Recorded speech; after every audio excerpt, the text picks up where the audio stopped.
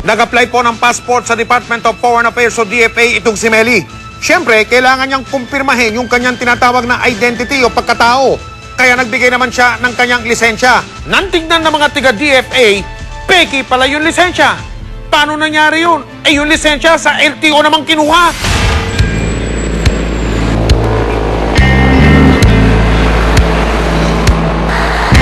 Dahil sa hirap ng buhay, pangarap ng tatawagin nating si Meli ng mag-ibang bansa. Noong ika-18 ng Hunyo, nagpunta siya sa Department of Foreign Affairs o DFA para kumuha ng passport.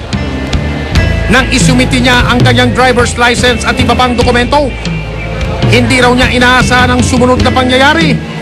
Nung nasa processing area na po kami, tinatanong, pagkakita po nung babae doon na yung ID ko, sinabi agad niya sa akin na peke daw po yun. Tinanggi ko po, sinabi ko po hindi po peke yan kasi talagang kinuha ko pa yun, nagpakapagod pa akong pagkuha nun.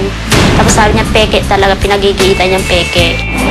Ipinasok daw siya sa isang opisina at isinailalim sa investigasyon. Pilit po akong pinapaamin na peke daw po yun. Sabi ko po hindi peke. So hanggang sa naiinis na po sila, inabot na po kami ng maghapon doon. Tapos nung sinabi niya, sige, tatawagan ko yung LTO at yung LTO na ang bahalang magpapakulong sa'yo. Doon na po ako nakaramdam ng takot. Makalipas ang mahigit 3 oras ng investigasyon, pinayagan na rin daw siyang makauwi.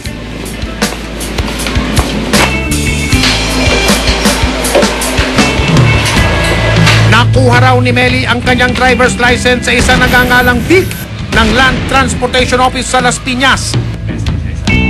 Nakilala ko po si Mr. Vic Luarca kasi po refer po sa akin ng pinsan ko na siya rin ang gumagawa ng driver license ng mga pinsan ko. Nang sitahin daw niya si Vic tungkol sa peking lisensya, ipinilit pa rin daw noon at tunay ang binigay sa kanya. Sa takot na hindi na siya makakuha ng pasaporte, humingi na si Meli ng tulong sa investigador.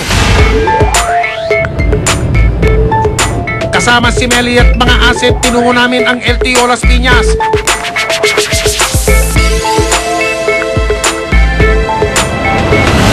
Dito namin unang nakita si Vic.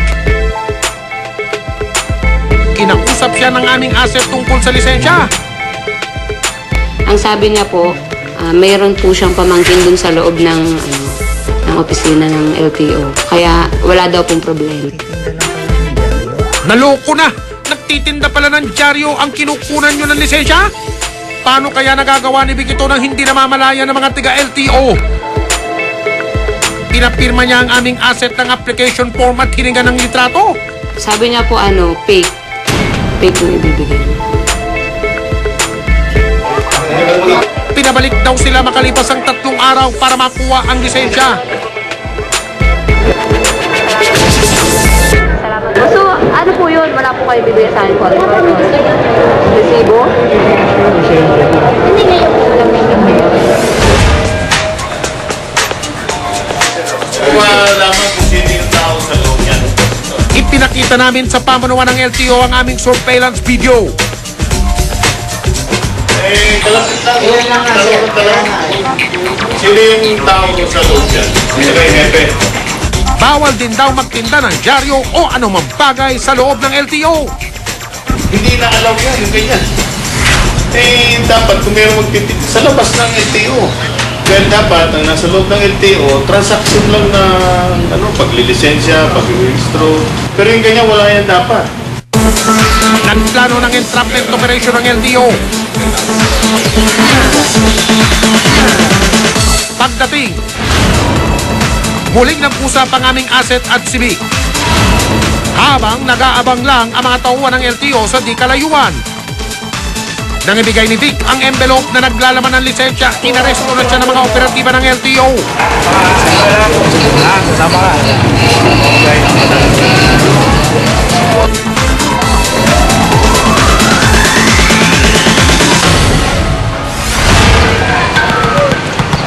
Inuna namin ang paliwanag ng pamunuan ng LTO Las Piñas. Paanong nakakagalaw ng malaya ang sinasabing fixer na si Vic nang hindi ninyo nalalaman?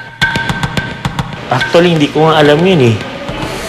Tsaka, hindi ko alam paano nakapasok pa ang fixers. Kauupo ko lang kasi. Last week.